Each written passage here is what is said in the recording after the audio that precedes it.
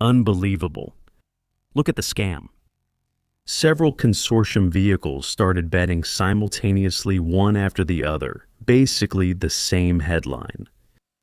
Lula beats Bolsonaro in the Datafolha poll, where there are centrist voters. Centrist voters have already made their choice. They will vote for Lula. Datafolha poll. Then I started to notice the Datafolha poll coming out today. It usually comes out on Thursday, the last poll day. They ended up revealing it on Saturday, a technical tie between Flavio and Lula. But now there was nothing scheduled. It's not yet time for Datafolha to release the poll. And I started to find this way too suspicious. Look, my friends, this is how things were. I'm showing you here. Several vehicles from the consortium. Datafolha. Lula has an advantage over Flavio Bolsonaro among voters, center voters. So why? Datafolha today. Survey indicates that voters are aligning, competition or Bolsonarism puts Lula ahead. Another outlet here. Lula wins over centrist voters and surpasses Flavio Bolsonaro. Look at what Lula is doing. Lula widens his lead among centrist voters, says Datafolha. All of this today in Folha. Lula surpasses Flavio among centrist voters, indicates Datafolha. Another poll here, right? He already looked for it like that. The polls here in general, right? They're putting Lula ahead among voters from pay attention, you'll see the trap. The poll, my friends, was... This poll here, look, another one on Antagonista. It was the last poll, right? They released this poll here, look. They put the poll date at the very end, see? In this case, the survey interviewed 2,004 people, 137 municipalities across the country, registered with the TSE and so on. This one, Antagonista didn't even put the date, didn't put it. Here at the beginning, look, the survey was conducted from March 3rd to 5th. Almost a month ago. And he's releasing the data today, right? That had already been revealed. Datafolha had already published it. Technical tie. The poll was between Flavio and the guy, right? Then I started to find it strange. But why would they include this part of the poll from a month ago? Because it came out like 3 weeks ago. It came out, here Flavio was way ahead, you know. 72% of young people don't vote for Lula. He lost votes among women, lost votes with Catholics, lost votes everywhere, you know. Here's the answer. Here's the answer. Right here, look, check it out. Simone Tebet said she's not from the Workers' Party, but from the Brazilian Socialist Party. That was today. She left the Brazilian Democratic Movement and went to the Brazilian Socialist Party. She never denied being from the center. Look at that, with a liberal view on the economy and aligned with agribusiness. This is a young woman, a lady who has never worked in her life. Her father is a politician, a rich man, a farmer, and so on. He got her into politics, and she stayed established. Why do they hate Bolsonaro? Remove him from the center. The minister says she has a progressive view on human rights and that she agreed to run for the Senate after Lula asked her. Folks, my people here in São Paulo, I know that you would never vote for a person like this. But this is an insult to the people in São Paulo. And I'm going to show and prove it to you here. These people hate President Bolsonaro because before Bolsonaro, they used to cover things up, deceive, and manipulate. And the people often believe that a citizen like this one here was an alternative vote, was a different person. Yes, it was a caricature that always was. That was going to make a difference. Rich father, pampered life, good life, and so on. She herself. Do you think São Paulo deserves it? Even her own state doesn't deserve it. That's right. No state deserves a citizen like her. That's the level of perversity. She lost everything in her own state. She confesses here. She confesses here. Now she's just trying to... Guys, it's absurd. Look at this. Eu já tô cancelada nas redes sociais no meu estado. Aliás, eu não me elejo nem para síndica do meu prédio. She admits I couldn't even get elected building manager in my own apartment. She confesses that in my building, there are 20 floors, 20 apartments. No one can stand her, not even in the building where this lady lives. There were a lot of lies, right? Simone Tebet, here Lula put her on Daytona. Lula went there, hired Daytona exactly for that, right? To be able to interview these people who are totally ruined in the eyes of the public. And Daytona pretends to have credibility so he can try to boost these people's morale. The host received Simone Tebet, Guilherme Boulos, and so on. Only Lula supporters appear on that show, and so on. And her situation in her state, guys, it's crazy. She can't walk around there. It's just booze after booze.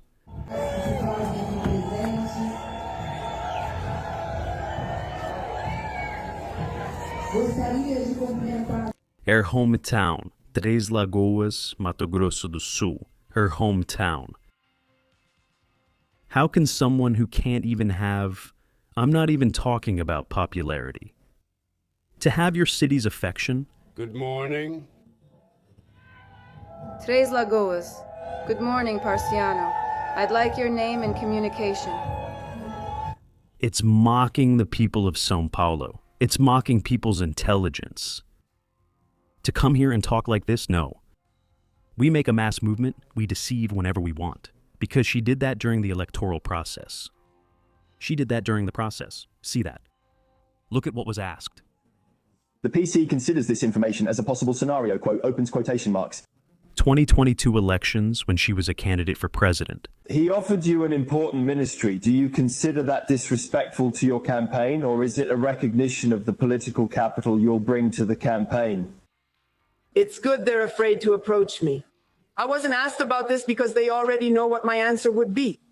So this is just speculation, fake news. The team that convicted former President Lula didn't approach me. Not to mention they wouldn't be crazy enough to do it. They know me and they know our purpose and that I'm not here for positions. We're here for a purpose, Mara and I, which is to present ourselves as the best alternative to serve Brazil. I would like to invite my colleague Simone Tebet to take over the Ministry of Planning and Budget.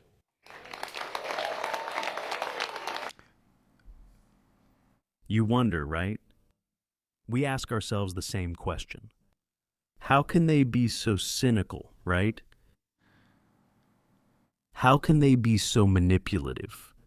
At the same moment, they say no. They're already saying yes behind the scenes. Now, the funniest thing is that they do all this work here, putting in several publications here that Lula is ahead. Because Lula is no longer ahead, he fell behind a long time ago. But they need to give him some credit. This is an order from...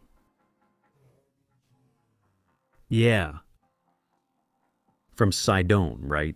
Sidon is the one doing all this political propaganda for Lula and everything. That was in order to release that in the media outlets. Especially the journalists from those places, more aligned with Lula. So everything comes out the same. As if Lula had all that advantage on the day Simone Tebet switched parties. And ended up joining the Brazilian Socialist Party of Alckmin, Tabata Amaral, from that João Campos guy, from husband Tabata Amaral's new husband, and so on. It's all outrageous in front of the people, because that's the desperation here in São Paulo. Tarcísio is going to win in the first round. Tarcísio is ahead with 55% against Haddad's 37%. Okay? The election will be decided here in the first round. And as for the Senate seat, they think there might be some cracks, because it's still not known if Eduardo will run here or not, because of this whole situation. They're sending out candidates constantly. Man, I'm amazed at how shameless these people are. You have to have a huge wooden face. The woman herself admits it right there. Within her own pages, her own supporters there, who can't even be popular in the building where she lives. Imagine running for Senate here in São Paulo. They managed to destroy, ruin, wreck Brazil in every possible way. And the worst part of all, they don't even blush when they deceive the people. I was watching this video here. It's enlightening. The situation Brazil is in today. compared to when Jair Messias Bolsonaro was president. Right now, at Easter, there was 1 week left until Easter. Right? Look at that. Let's see here. And now, I showed the prices of Easter eggs during Bolsonaro's government, and now during Lula's government. And I used a video posted by a housewife in 2021 on YouTube, and she shows the prices of Easter eggs during Bolsonaro's government. Let's go. Come with me. First, let's take a look at one of the most famous ones here. Look at the price she shows in the video in 2021. And 29.99, did you see that? Around 29.99 was the price of the Serenata de Amor egg during Bolsonaro's government. Let's take a look here during Lula's government. How much is it now? 59. Around 59.99.